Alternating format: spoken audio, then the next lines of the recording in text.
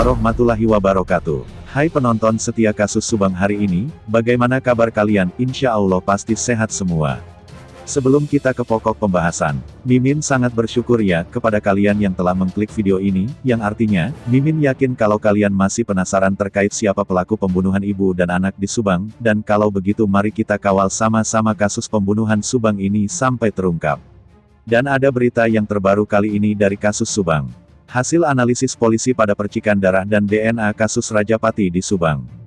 Jelang detik-detik pihak kepolisian mengungkap pelaku kasus Subang tersebut. Masyarakat masih bertanya-tanya, mungkinkah polisi segera mengungkap, dan kemudian pembunuh ibu dan anak di Subang dapat segera ditangkap. Mendekati 100 hari pengungkapan kasus di Subang ini, Desjabar.com mengutip beberapa pernyataan Anjas di Thailand dalam video terbarunya, Yosef tidak mungkin PELAKUNNYA. Juga beberapa informasi terbaru pengungkapan kasus Subang, dari kanal YouTube Denny Darko yang melakukan wawancara dengan Dr. Sumi Hastri antara lain mengenai DNA terduga pelaku kasus pembunuhan. Baik Anjas maupun Dr. Sumi Hastri, di tempat dan waktu berbeda sepakat bahwa pihak penyidik Polri sebetulnya sudah memiliki informasi cukup lengkap mengenai profil dan jumlah pelaku pembunuhan ibu dan anak di Subang.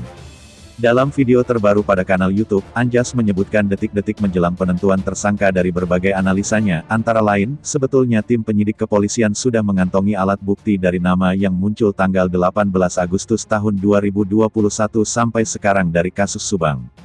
Seperti diketahui informasi adanya bercak darah pada jaket dan kancing baju pada saksi Yosef Subang sudah banyak diberitakan media dan pihak penyidik kepolisian pastinya sudah memasukkan dalam BAP.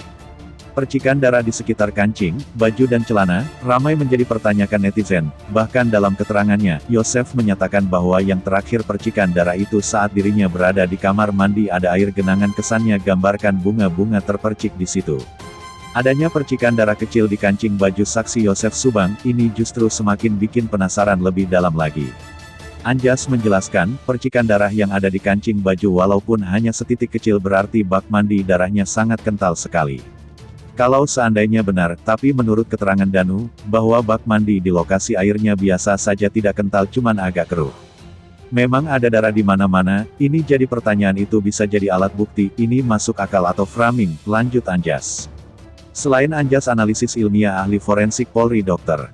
Sumi Hastri. Di tempat lain Dr. Sumi Hastri Polwan yang merupakan ahli forensik Polri menyebutkan jejak di TKP tidak akan bohong dan ini tidak bisa dipalsukan.